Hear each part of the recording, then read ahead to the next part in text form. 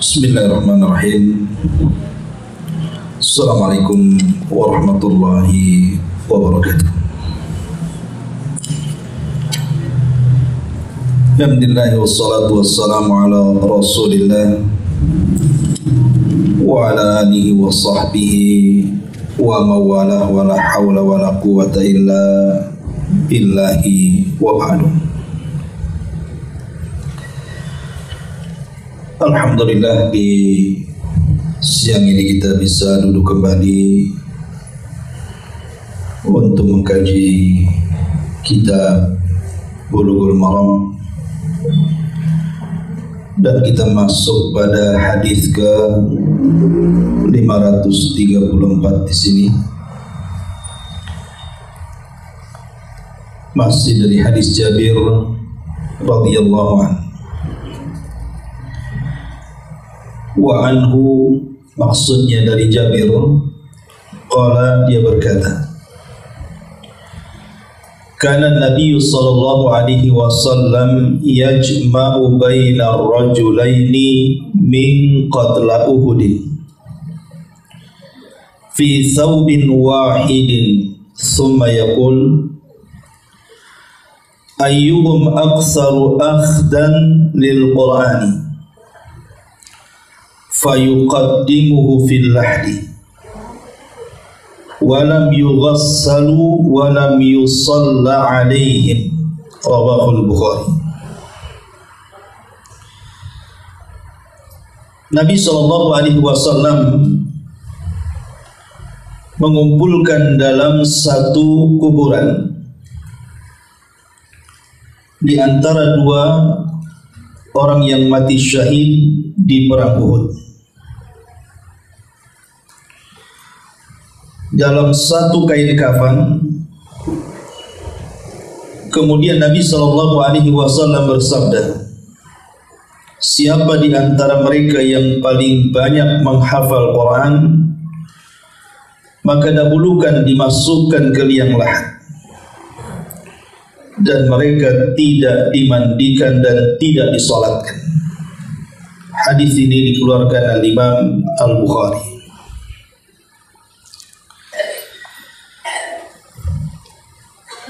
Ma'asyiral muslimat yang dimuliakan Allah Subhanahu wa ta'ala, hadis ini menceritakan kepada kita tentang kisah perang Uhud.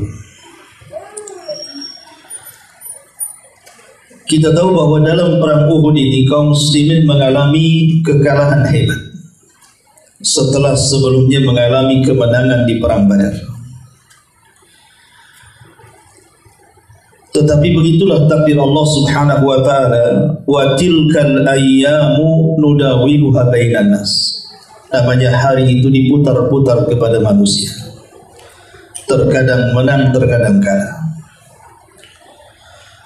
Tentu tujuannya juga ikhtibar, menguji keimanan para sahabat Nabi SAW dalam peperangan, dan membuktikan bahwa Nabi adalah seorang manusia biasa sama dengan yang lain, karena beliau juga terluka parah di perang Badar. Artinya Nabi SAW tidak kebal bacok, tidak kebal bakar, dan dia bisa terluka layak seperti manusia yang lainnya. Makanya Nabi SAW dikatakan dalam Al-Quran, Kul innama ana basyarum mithlukum. Katakan ya Muhammad, saya ini manusia persis seperti kalian. Nah, di perang Uhud ini Nabi SAW merasa sedih karena para pejuang Islam yang deretan as-sabiqun al-awwalun itu meninggal di perang ini. Salah satunya adalah Hamzah Asadullah, dan juga para sahabat-sahabat senior yang gugur di medan ini. Lah, karena banyaknya yang gugur sampai 70 para syuhada, Maka Nabi SAW terkadang kemudian mengumpulkan dalam satu kuburan itu 2 sampai 3 orang dengan satu kain kafan membungkus mereka, menunjukkan betapa susahnya saat itu, sehingga tidak bisa setiap orang yang mati syahid dikafani masing-masing. Ada satu kisah menarik dalam perang Uhud ini. Kenapa Nabi SAW sampai menguburkan dalam satu liang lahat itu 2 ataupun 3 sahabat Nabi SAW? Hadis ini diriwayatkan oleh Jabir bin Abdullah radhiyallahu anhu. Lah kebetulan yang meninggal salah satunya adalah ayahanda beliau yang bernama Abdullah ibnu Haram, ayahanda daripada Jabir bin Abdullah radhiyallahu anhu. Lah Abdullah ataupun Abdullah ibn Haram sendiri adalah sahabat Nabi SAW yang memiliki kemuliaan di sisi Nabi SAW, karena bagaimanapun dia pemimpin Ansar, ayahanda Jabir bin Abdullah ini, dan dia orang yang pertama kali terbunuh di perang Uhud. Al-Imam Al-Bukhari sampai meriwayatkan sebuah hadis dari Jabir bin Abdullah putranya sendiri. Jadi saat terjadi perang Uhud, maka didatangkan kepadanya ayahandanya yang telah gugur. Kemudian dia pun menangis, karena bagaimanapun ayahanda Jabir bin Abdullah ini adalah orang tua yang mengasuh banyak anak. Dengan kepergiannya, otomatis Jabir akan menjadi ayah bagi adik-adiknya, sehingga dia menangis. Kemudian Nabi SAW mengatakan, "Ya Jabir, tabki aw la tabki?" Menangis ataupun kau tidak menangis. Famazalatil malaikatu tudhilluhu bi ajnihatiha hatta rufi'a. Sesungguhnya malaikat telah menaungi ayahmu dengan sayap-sayap mereka sampai diangkat ruhnya menuju Allah Subhanahu wa taala. Kemudian Nabi SAW mengatakan, "Ya Jabir, tabki aw la tabki?" Menangis ataupun kau tidak menangis. Laqad kallama abaka kifahan bila turjuman. Sungguh ayahmu telah langsung berbicara dengan Allah Subhanahu wa taala tanpa ada perantara. Kemudian Nabi SAW menjelaskan dialog ayahandanya Abdullah ibn Haram saat kematiannya dengan Allah Subhanahu wa taala, di mana Allah Subhanahu wa taala berfirman kepada ayahanda Jabir, "Tamanna ya 'abdi." Bercita-citalah wahai hambaku, ma syi'ta uti, sesuai dengan angan-anganmu aku akan berikan cita-citamu. Maka Abdullah ibn Haram setelah kematiannya saat berdialog dengan Allah Subhanahu wa taala, dia pun mengatakan, "Ya Rabb, tarudduni ila dunya fa uqtalu fika marratan thaniyah." Aku tidak mengharap sesuatu kepadamu ya Rabb, kecuali engkau bangkitkan aku ke dunia supaya aku bisa mati syahid kedua kalinya. Dari sini Allah Subhanahu wa taala mengatakan, "Ya Abdullah, mustahil orang yang sudah mati itu kembali ke dunia. Minta yang lainnya." Maka Abdullah ibn Haram mengatakan, "Ya Rasulullah, kalau itu tidak bisa kau lakukan, maka habarkan posisimu di hadapan dirimu kepada putraku Jabir dan kepada Nabiku SAW dan sahabat yang lainnya." Dari sini Allah Subhanahu wa taala turunkan surah Al-Imran ayat 69. "Wala tahsabanna alladhina qutilu fi sabilillahi amwatan bal ahya inda rabbihim yurzaqun." Apakah kalian menyangka orang-orang yang dibunuh di jalan Allah alias mati syahid mereka mati? Tidak, mereka hidup. Karena di sisi Rabb mereka sedang dianugerahi rizki yang indah. Abdullah ibn Haram semasa hidupnya dia memiliki teman akrab yang bernama Abdullah atau Amr ibn Jamuh radhiyallahu anhu. Amr ibn Jamuh radhiyallahu anhu salah satu dari pembesar Ansar, dan dia semasa hidupnya dengan Abdullah ibn Haram adalah kawan yang luar biasa. Jadi kemana-mana bersama dalam rangka beribadah kepada Allah Subhanahu wa ta'ala. Terkadang salat malam berdua, membaca Al-Quran berdua, bersilaturahim berdua, bersedekah berdua. Pokoknya kemana-mana Abdullah ibn Haram dan Amr ibn Jamuh ini sejak muda sampai masuk Islam, sampai menua, senantiasa tidak berpisah. Dia cinta karena Allah Subhanahu wa ta'ala dan membenci pun karena Allah Subhanahu wa ta'ala. Lah saat perang Badar, baik Abdullah ibn Haram ataupun Amr ibn Jamuh tidak bisa terlibat dalam peperangan ini, dikarenakan keduanya yang satu cacat pincang, tidak mungkin berjihad. Amr ibn Jamuh yang satunya sudah tua renta, Abdullah ibn Haram. Artinya kedua-duanya diberikan rukhsah untuk tidak ikut jihad. Makanya dalam perang Badar dua orang ini tidak ikut terlibat dalam perang Badar, sehingga ketika datang Uhud mereka keduanya tidak mau berpisah dalam peperangan. Masa dahulu perang Badar kami tidak ikut, perang Uhud pula kami terlupakan. Akhirnya kemudian Amr ibn Jamuh radhiyallahu anhu datang kepada Nabi sallallahu alaihi wasallam. Kemudian dia mengatakan kepada Nabi sallallahu alaihi wasallam, "Ara'aita in qutiltul yauma?" Bagaimana pendapatmu wahai Rasul kalau seandainya aku terbunuh dalam perang Uhud ini? Apakah kemudian kakiku yang pincang ini ata'u bi arajatihi hadhil jannah, bisa melangkahkan kakiku menuju surga?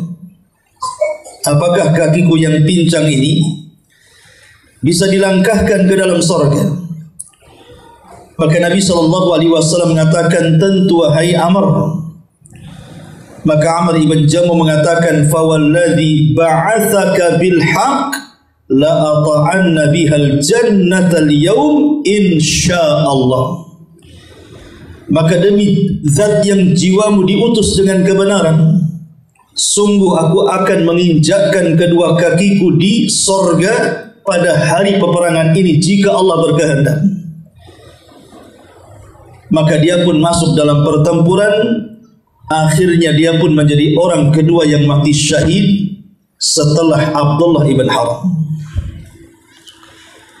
Sebenarnya kedua orang ini saat mendaftarkan jihad dalam Uhud ini tidak diizinkan oleh anak-anak mereka. Jadi anak-anak Amr ibn Jamuh datang menghadap Nabi SAW. Kemudian meminta kepada Nabi SAW untuk dibatalkan pendaftaran jihadnya. Tetapi Amr ibn Jamuh sudah tekad, karena melihat juga kawannya Abdullah ibn Haram juga terlibat, dia tidak ingin ketinggalan kereta menuju surga. Maka dia menenangkan anak-anaknya agar tetap dirinya ikut jihad, sehingga anak-anaknya di hadapan Nabi SAW tidak bisa berkutik. Ma'asyiral muslimat yang dimuliakan Allah Subhanahu wa ta'ala, saat peperangan kebetulan Amr ibn Jamuh ini masuk dalam perangkap orang-orang musyrik Arab ini. Kemudian dia pun mencaci maki Tuhan-Tuhannya orang-orang Quraisy ini. Maka orang-orang Quraisy pun marah, kemudian menghantamkan senjata-senjata mereka. Akhirnya Amr ibn Jamuh pun meninggal saat perang Uhud. Adapun Abdullah ibn Haram, maka Jabir memelas kepada Nabi SAW dan mengatakan, "Ya Rasulullah, ayahku sudah tua. Jangan kau libatkan dia dalam jihad. Dia tidak memiliki tenaga. Kalau engkau mau batalkan pendaftaran jihadnya, biar aku yang menggantikannya. Aku masih muda dan aku kuat dan juga kekar." Ketika kemudian ayahandanya Jabir ini, Abdullah ibn Haram, mendengar anaknya hendak membatalkan jihad untuk dirinya, dia datang menemui Nabi SAW. Kemudian dia mengatakan, "Ya Rasulullah, kalau ini bukan rebutan sorga, tentu aku siap untuk digantikan posisiku. Masalahnya di sini adalah kedudukannya sorga. Siapa yang mati syahid maka dia akan masuk sorga. Maka aku tidak mau sorga digantikan dengan siapapun." Maka dengan tekad yang kuat, akhirnya Abdullah ibn Haram pun yang sudah tua renta, sudah tidak punya tenaga, sebenarnya tidak layak untuk jihad, tapi semangatnya luar biasa. Akhirnya kemudian dia pun meninggal dan orang yang pertama terbunuh di perang Uhud, Abdullah ibn Haram dan Amr ibn Jamuh.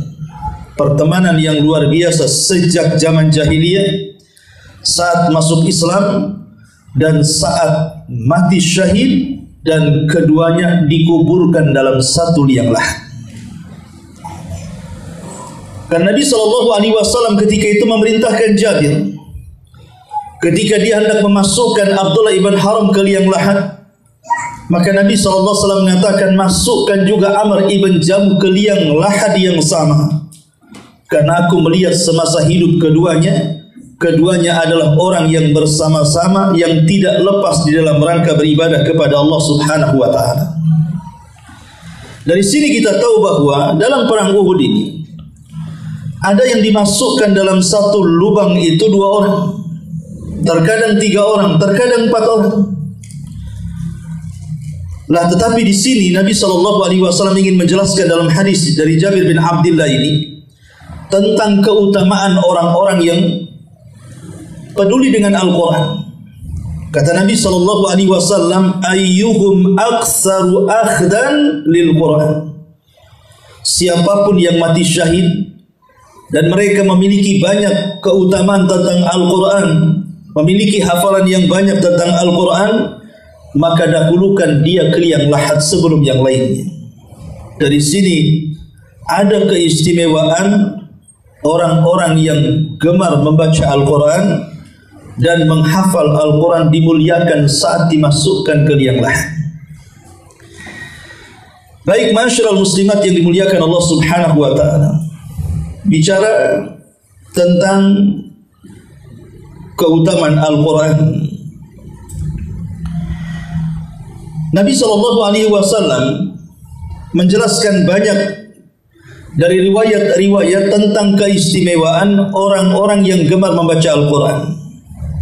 Pertama, rumah yang dibacakan Al-Quran Al-Karim. Dalam sebuah hadis yang dikeluarkan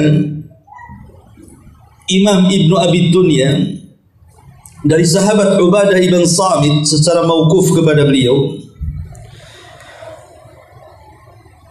"Innal baita alladhi yuqra'u fihi al-Qur'an alaihi khaymatun min nurin yahtadi biha ahlus samai kama yahtadi bil kawkabi dzurri fi lujjatil bihari fil ardi qafri."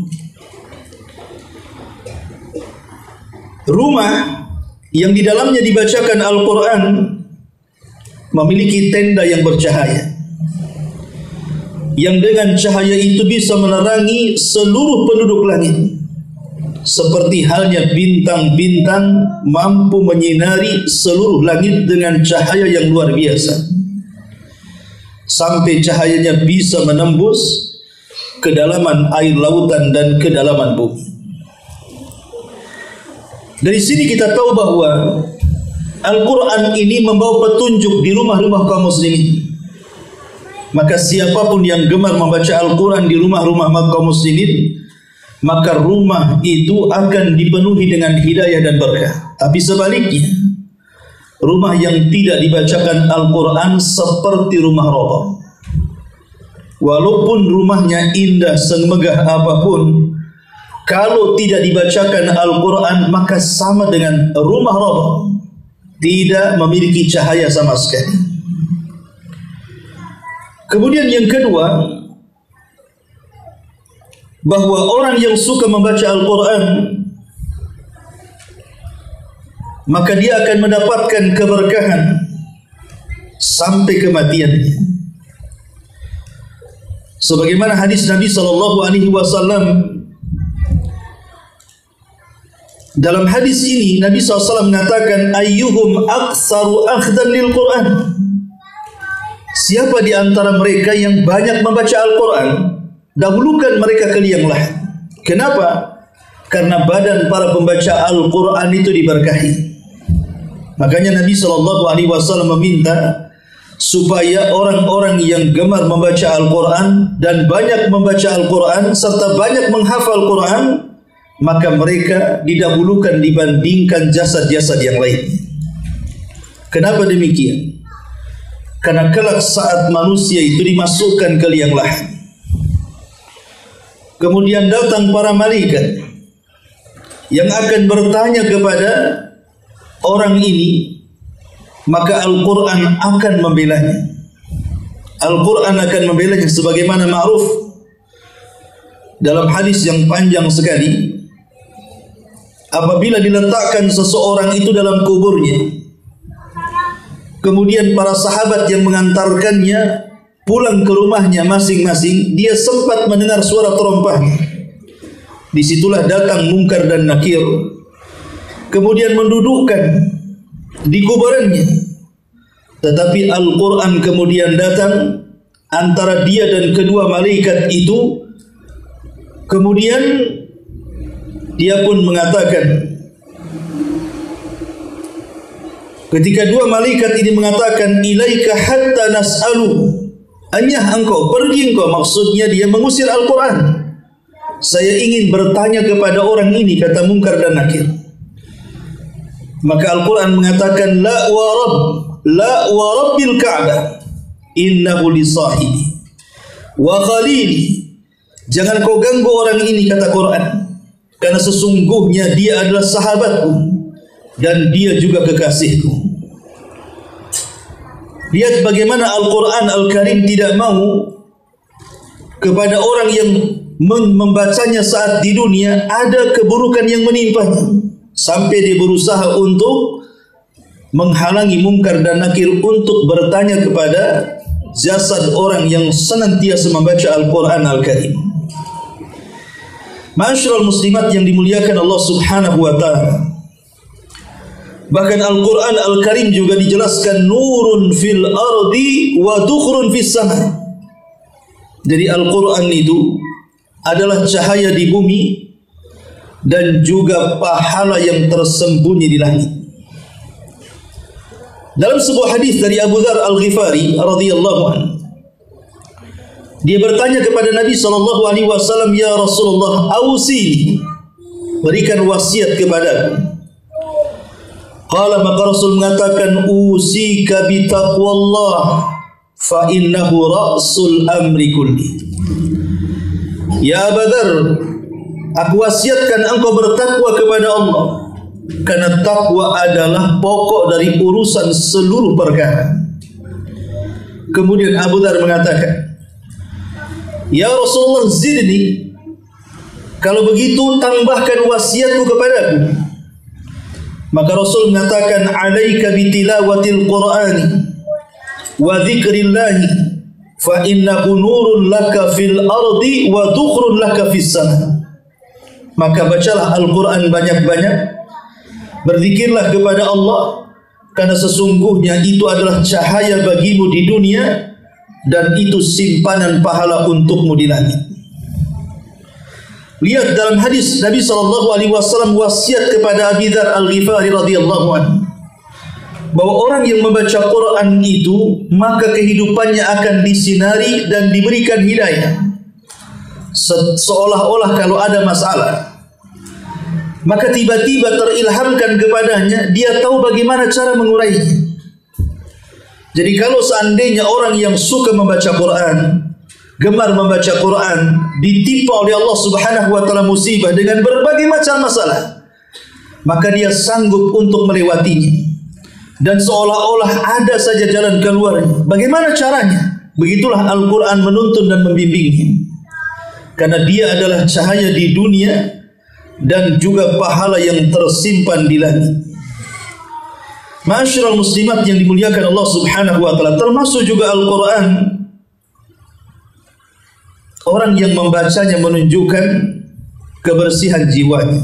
Makanya Utsman bin Affan radhiyallahu anhu mengatakan, kalau hati-hati kalian bersih, tentu kalian tidak akan kenyang untuk membaca Al-Quran.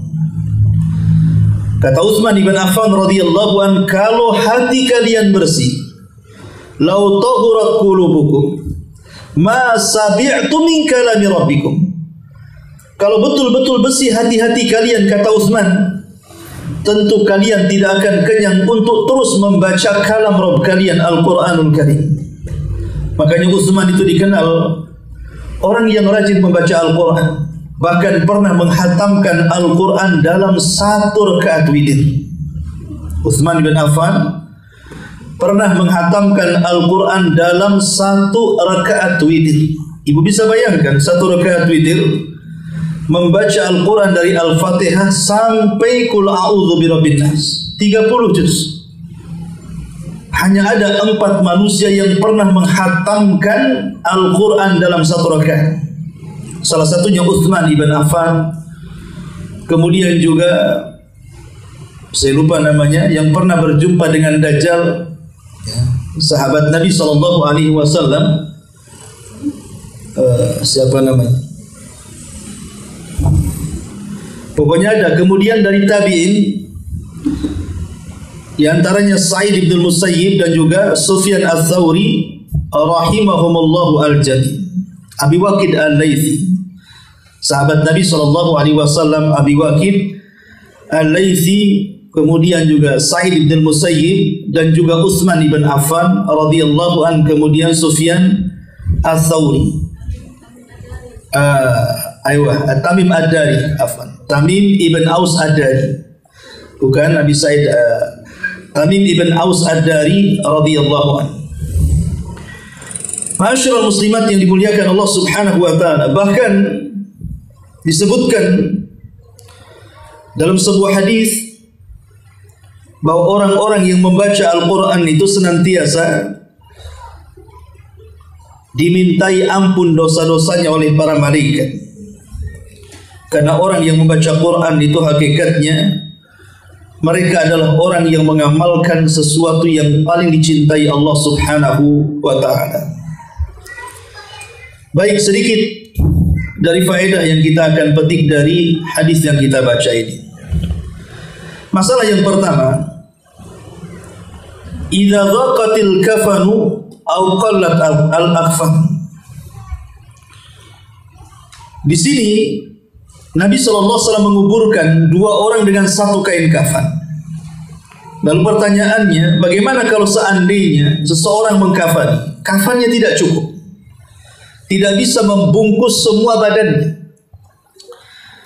Maka Imam Ibnu Qudamah rahimahullahu ta'ala mengatakan, fa in lam yajid ar-rajulu thawban yasturu jami'ahu satara ra'sahu wa ja'ala rijlaihi hashithan aw warakan.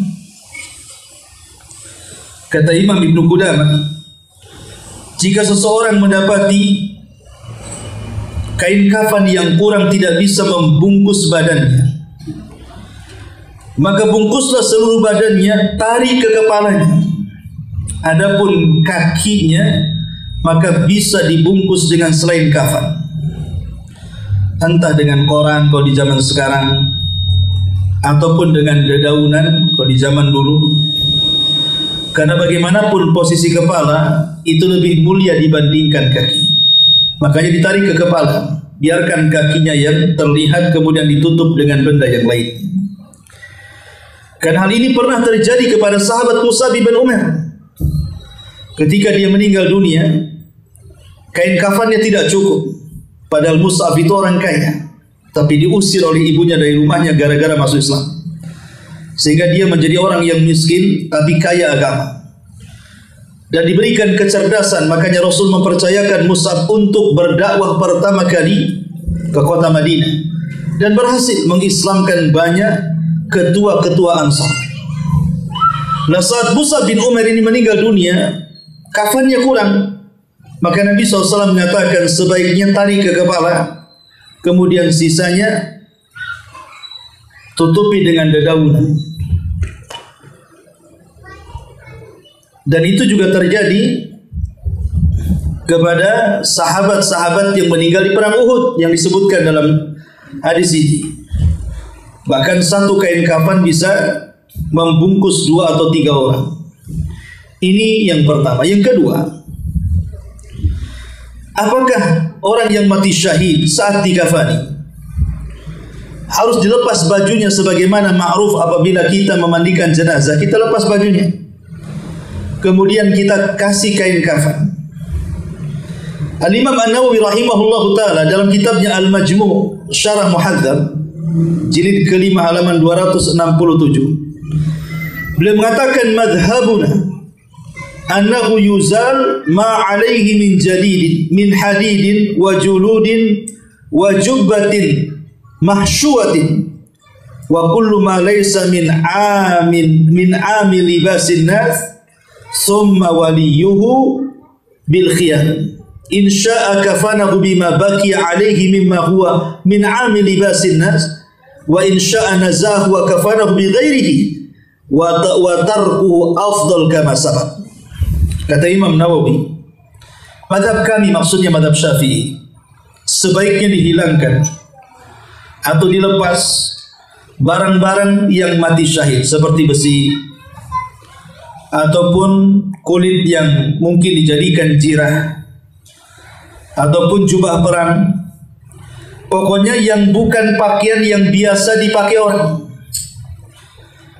Setelah kemudian dilepas barang-barang yang terkait dengan peperangan, maka dikembalikan kepada walinya.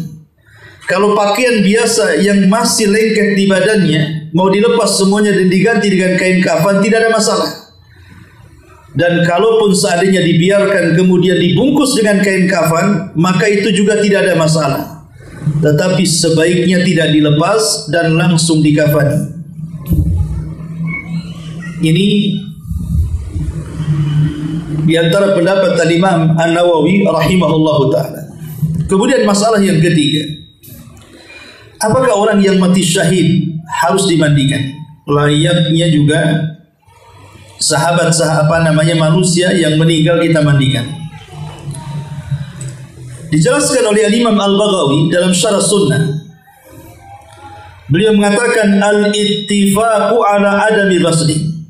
Kata Imam Al-Baghawi dalam kitabnya Syarah Sunnah, beliau menukilkan kesepakatan bahwa orang yang mati syahid tidak usah dimandikan.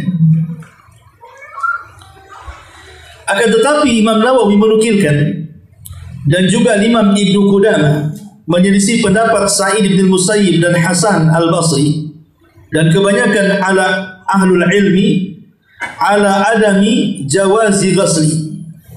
Begitu juga Imam An-Nawawi dan Ibnu Qudamah menyelisih pendapat Sa'id bin Musayyib, Hasan dan kebanyakan para ulama tentang tidak bolehnya memandikan. Kemudian mereka berdalil dengan para syuhada Uhud, di mana Nabi SAW tidak memandikan para syuhada Uhud dan langsung menguburkannya berdasarkan hadis Jabir radhiyallahu anhu dan juga hadis Julaibib di mana Nabi SAW langsung menguburkannya dan tidak memandikannya. Ma'ruf kisah Julaibib yang sudah saya jelaskan. Seorang sahabat fakir, tidak dikenal orang karena tidak memiliki hasab, nasab dan kekayaan serta tidak juga ketampanan.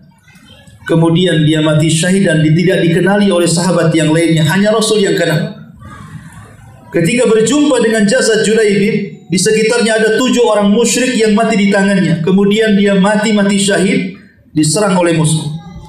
Artinya dia memiliki jasa dalam Islam 7 orang dalam peperangan. Sampai sedihnya Nabi SAW meletakkan kepala Julaibib di pahanya, kemudian mengatakan, sesungguhnya aku bagian daripada Julaibib dan Julaibib bagian daripada diriku. Kemudian Rasul menguburkannya sendiri dan tidak memandikannya. Kemudian juga, bagaimana kalau seandainya yang mati syahid ini dia orang yang junub? Sebagaimana ada seorang sahabat namanya Handalah. Handalah ketika perang dia tidak sempat mandi junub, kemudian meninggal. Maka sebagian ulama mengatakan, maka orang yang junub maka dia harus dimandikan. Dan ini pendapat Al-Hanabilah serta pendapat Abu Hanifah dan satu pendapat dari Imam Syafi'i rahimahullahu taala, berdasarkan bahwa Handalah saat dia mandi junub, saat dia junub kemudian dia meninggal dunia, para malaikat memandikannya. Para malaikat memandikannya. Makanya kemudian Handalah disebut ghasilul malaika, satu-satunya sahabat yang dimandi besarkan oleh para malaikat. Tapi pendapat yang lain bahwa mandi junub tidak wajib dimandikan. Jadi pendapat Imam Malik dan Syafi'i dalam satu pendapatnya, dan juga pendapat Imam Ahmad dalam riwayat yang lain, dan ini pendapat yang kuat wallahu a'lam. Walaupun junub tidak dimandikan. Adapun kisah Handalah yang dimandikan para malaikat, iya malaikat yang memandikannya, tapi bukan kita manusia yang memandikannya. Kemudian masalah yang kelima, apakah orang yang mati syahid perlu disolatkan? Pendapat jumhur ulama mengatakan orang yang mati syahid tidak perlu disolatkan berdasarkan hadis yang kita baca, di mana dalam hadis ini lam yughassalu wa lam yusalla alaihi, tidak dimandikan dan tidak disolatkan, sehingga orang yang mati syahid tidak perlu disolatkan. Tapi ada pendapat dari Imam Ats-Tsauri, Abi Hanifah dan Al-Muzani mengatakan bahwa orang yang mati syahid tetap disolatkan. Tetap disolatkan. Alasannya karena Nabi SAW pernah menyolatkan Hamzah saat kematiannya. Dan Hamzah adalah paman Rasul yang disebut dengan Asadullah, mati dalam pertempuran Uhud. Dan itu dijelaskan dalam hadis Uqbah bin Amir radhiyallahu an, Nabi SAW keluar kemudian menyolatkan para syuhada Uhud.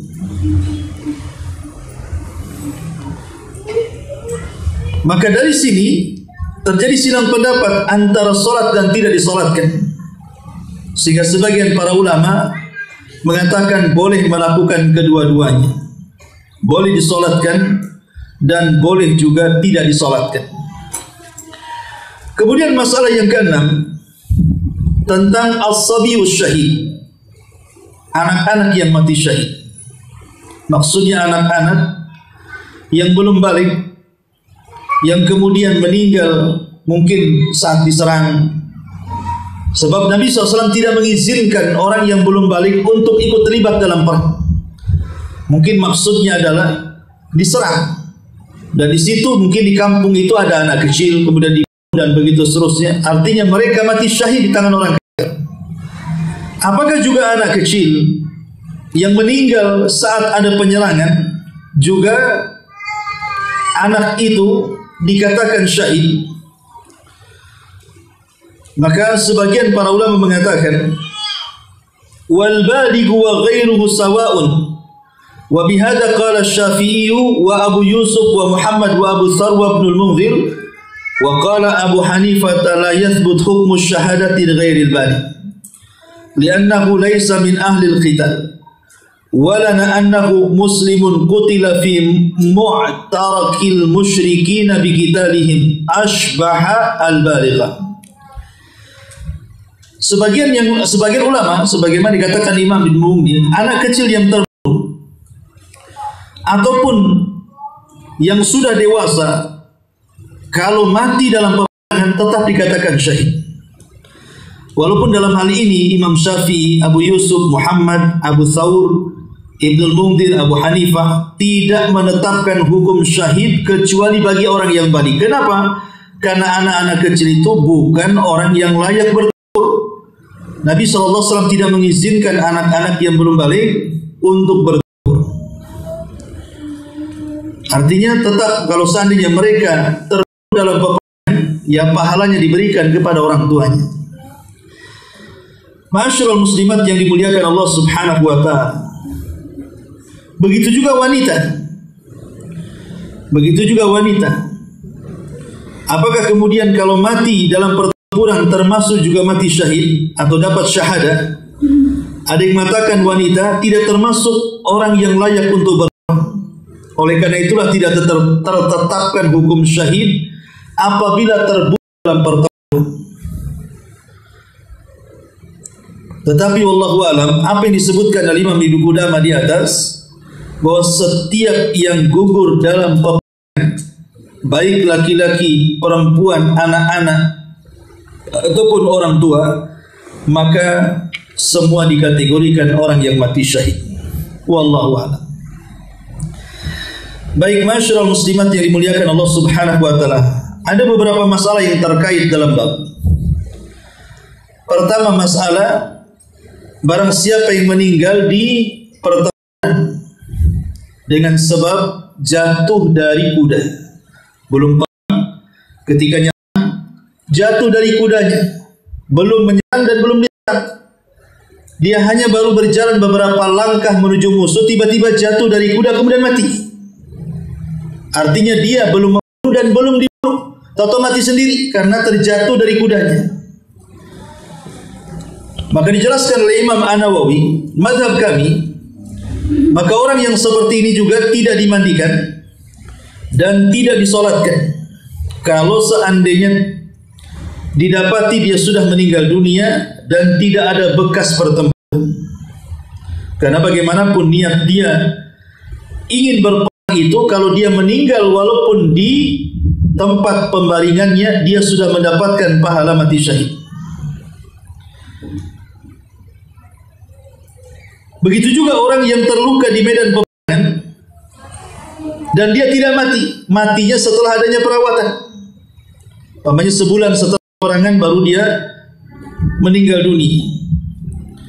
Maka yang seperti ini, kata Imam Nawawi, kata Imam Ibnu Qudamah, ghussila wa sulliya alaihi, tetap dimandikan dan disolatkan. Tetap dimandikan dan disolatkan. Karena kan sudah sebulan, sudah bukan dalam area pertempuran, atau sudah 2 bulan atau setahun kemudian baru meninggal kan. Masyarul muslimat yang dimuliakan Allah Azza wa Jalla, man qutila minal bughat. Bagaimana kalau seandainya meninggal dibunuh oleh pemberontak? Umpamanya di negeri kita ini ada pemberontak membangkang negara. Sama-sama muslim, cuman mau lakukan pemberontakan. Kemudian yang memberontak ini membunuh. Bagaimana orang yang terbunuh dalam ataupun di tangan orang-orang para pemberontak? Kebanyakan para ulama tetap disolatkan dan tetap dimandikan. Dan ini pendapat Imam Ahmad dan Asy-Syafi'i rahimahullahu ta'ala, kecuali pendapat Imam Malik, tidak disolatkan. Tidak disolatkan. Tetapi kalau seandainya dia kebalikannya dari pihak pemerintah, maka orang-orang yang baik tidak boleh menyolatkannya. Para ulama, para ustaz, para pemimpin tidak boleh menyolatkannya kalau dia mati dan di pihak pemerintah. Maksudnya supaya menjadikan pelajaran bagi mereka. Kemudian apakah orang yang mati syahid di luar ma'rakah, maksudnya di luar peperangan, seperti orang yang meninggal karena sakit perut, karena taun, karena tenggelam, karena terkena runtuhan, tabrakan mobil, mati di tempat, dan begitu seterusnya. Itu kan mati syahid namanya, tapi bukan dalam peperangan. Maka Imam Ibnu Qudamah, adapun syahid selain peperangan, maka mereka tetap dimandikan kemudian disolatkan, tetap dimandikan dan disolatkan. Termasuk juga orang yang mati karena ditolimi, mati karena dirampok rumahnya, kemudian terbunuh orang yang di dalamnya, mati karena mempertahankan diri dan keluarganya, juga tetap dimandikan dan disolatkan. Ma'asyiral muslimat yang dimuliakan Allah Subhanahu wa taala, ini diantara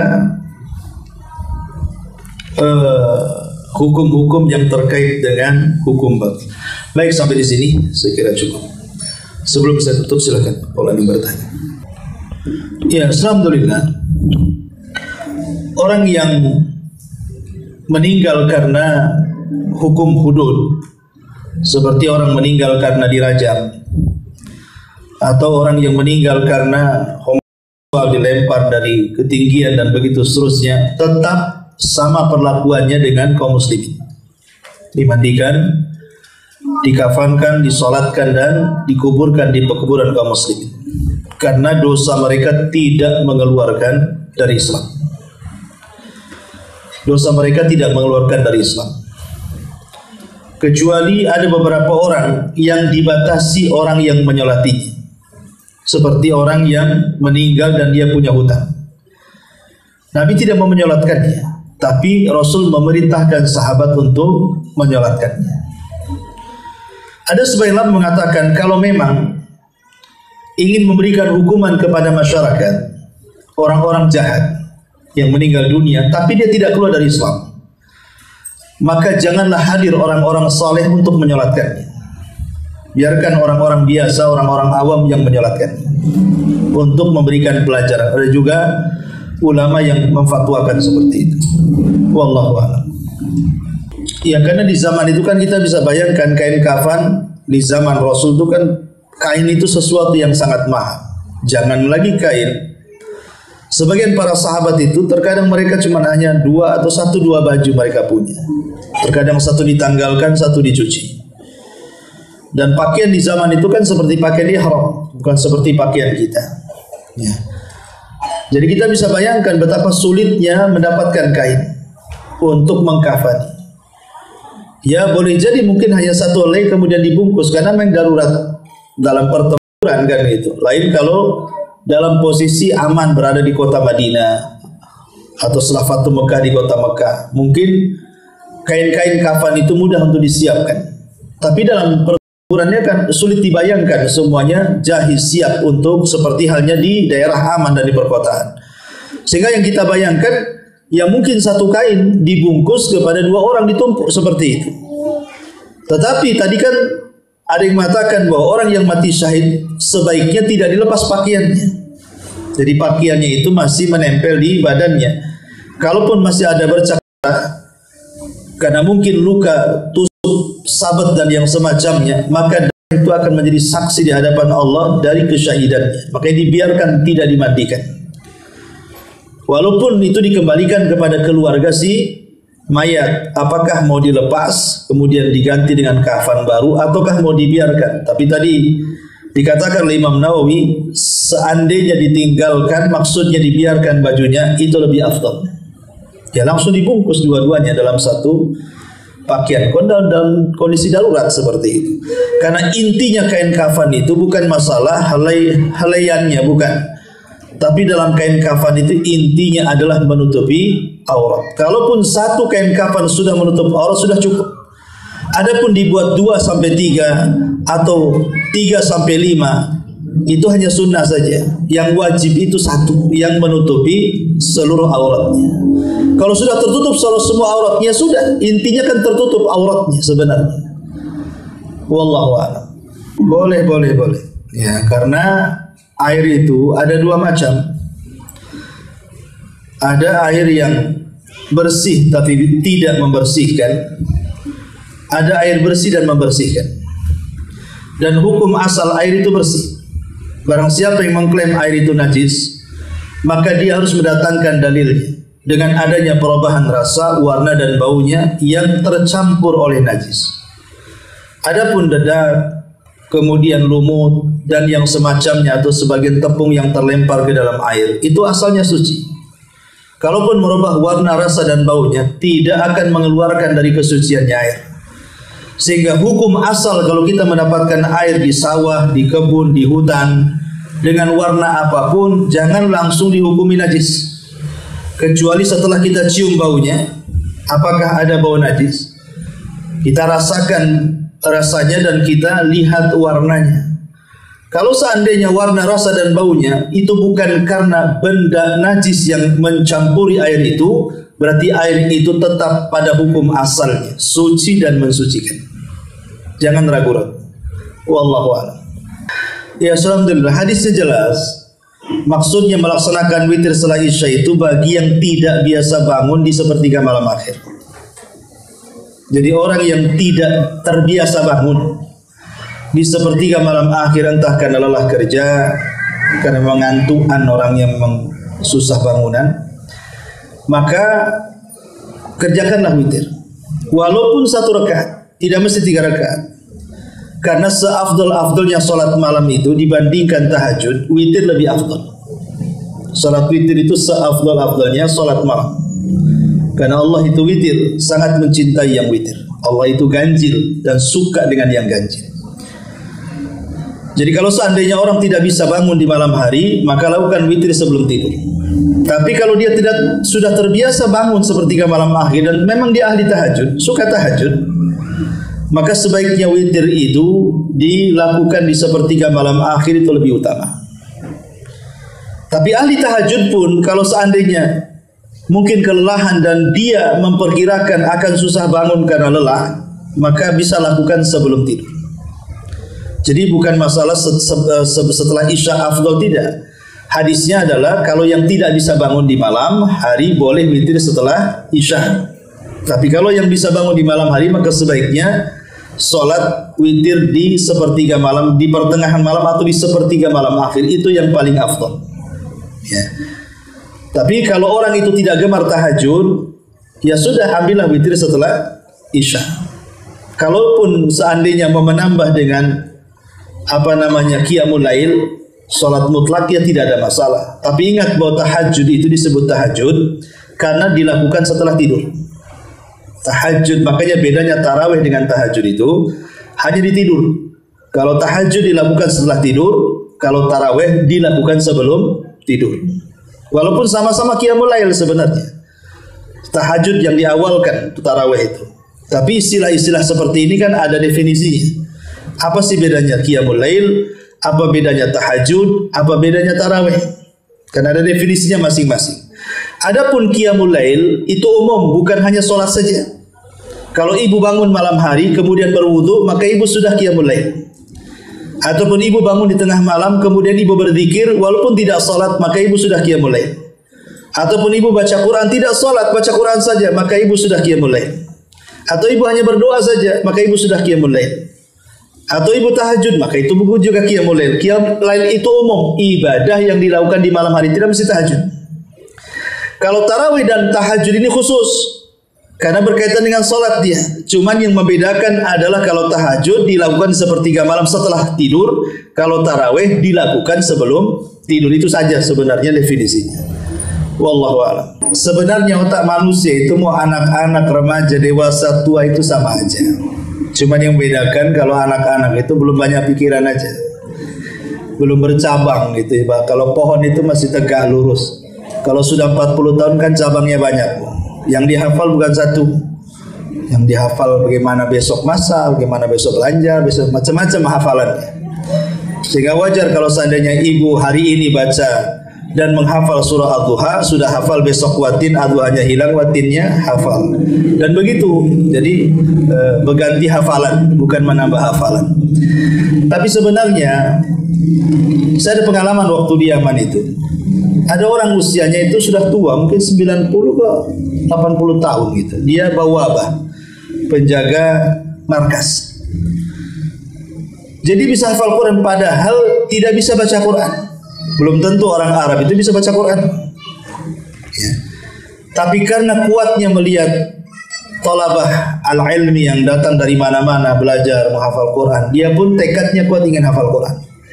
Zaman dulu kan ada rekaman, namanya recorder, ada Sony, ada Sony zaman dulu tuh kan merek-mereknya itu, pakai kaset, kaset pita. Jadi didengarkan saja, pamannya dari Al-Fatihah dia dapat 2 ayat, setelah 2 ayat dimatikan, diulang-ulang dia sampai 100-200 kali. Dah hafal, kemudian ditambah lagi, dah hafal ditambah lagi. Entah berapa puluh tahun hafal Quran akhirnya.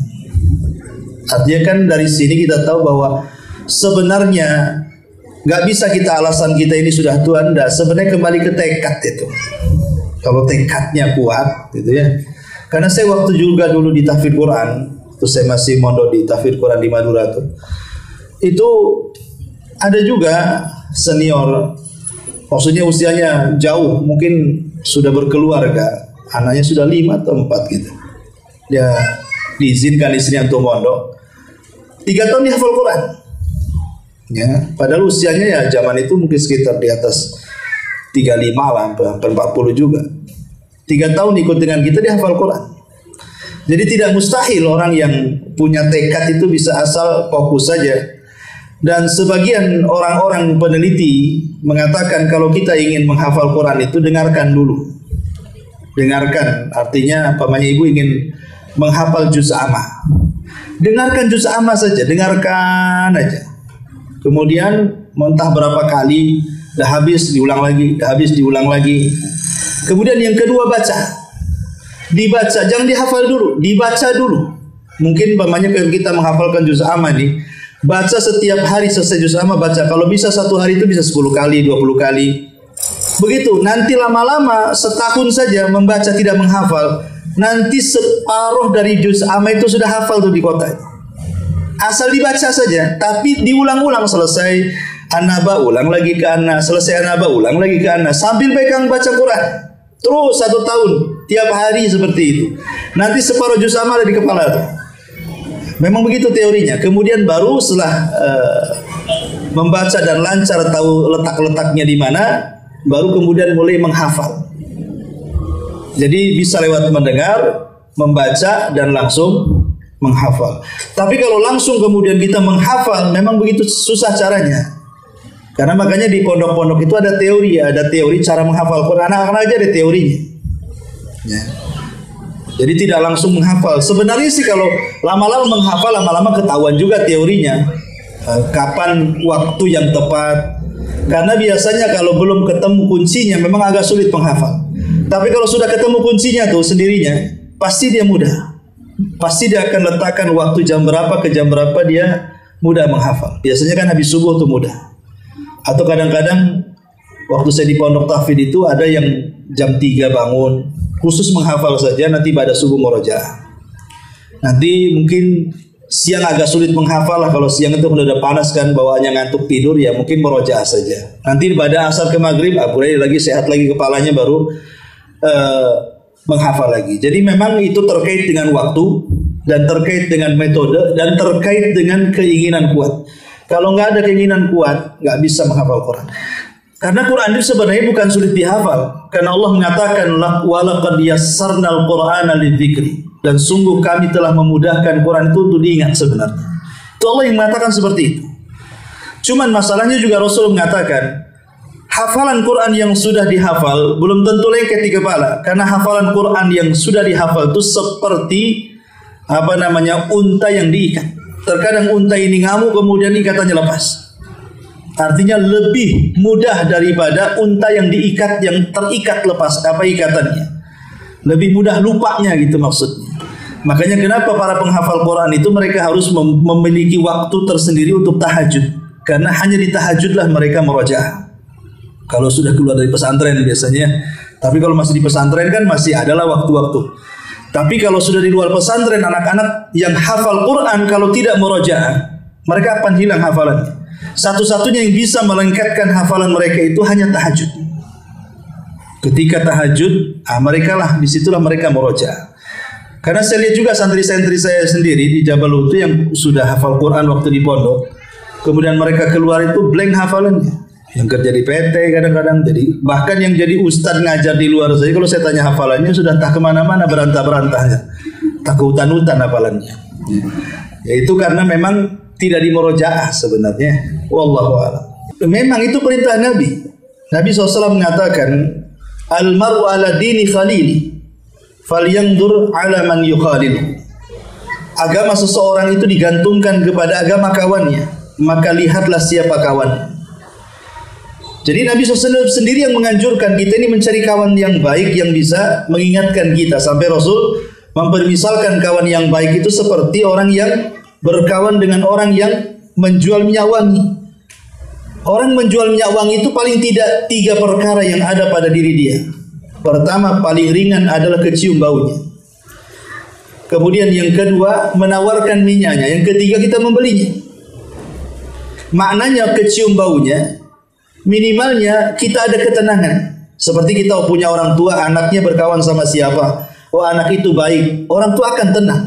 Pokoknya selama sama si dia, orang tua tenang. Minimalnya ada ketenangan di situ. Ya. Yang kedua, atau dia memberi sesuatu, menawarkan, bahasanya mau beli enggak gitu ya. Maknanya adalah mungkin dia memberikan nasihat saat kita ini tergelincir, saat kita ini mungkin sedang lalai, dia datang menasihati kita. Atau mungkin kita sendiri yang membelinya dengan cara meminta nasihatnya. Kita lagi galau, kita datang ke teman yang baik, yang soleh. Pasti teman yang soleh tidak ada itikat hasad, tidak ada itikat kibar, sombong, ataupun ada kepentingan dunia. Pasti mereka akan menasihati kita dengan ikhlas. Itulah minimalnya berkawan dengan kawan yang baik seperti itu. Jadi kita terselamatkan hati kita di dunia, dan ibadah serta akidah kita di dunia, dan agama kita di akhirat. Itu memang anjuran Nabi SAW mencari teman yang betul-betul teman. Ya, teman boleh siapa saja, tapi jangan diakrabi kecuali teman yang saleh. Banyak teman bagus, karena semakin banyak teman semakin banyak wawasan. Makanya kenapa Nabi SAW tidak diangkat menjadi Nabi kecuali dia sebelumnya menjadi seorang pedagang. Dan umumnya pedagang itu banyak kenalan. Umumnya pedagang itu banyak relasi. Umumnya pedagang itu banyak orang yang kenal. Baik dia pembeli atau penjual, sesama pembisnis, mesti relasinya banyak. Lah, faedahnya kenapa Nabi dijadikan setelah jadi penggembala, tarbiyah akhlak, kemudian jadi pedagang? Karena dia akan berdakwah, dan saat berdakwah dia harus banyak kenal orang, relasi banyak, supaya dakwahnya kemana-mana, kan itu ya. Itu diantara hikmahnya. Artinya berkawan banyak supaya punya wawasan. Tapi kalau untuk kawan yang akrab, tentu tidak bisa, harus pilih-pilih. Mana kawan ini yang ikhlas betul-betul menasihati kita, senang, kasihan dengan kita, tahu masalah kita, dengan yang sama sekali tidak peduli. Ya. Wallahu a'lam.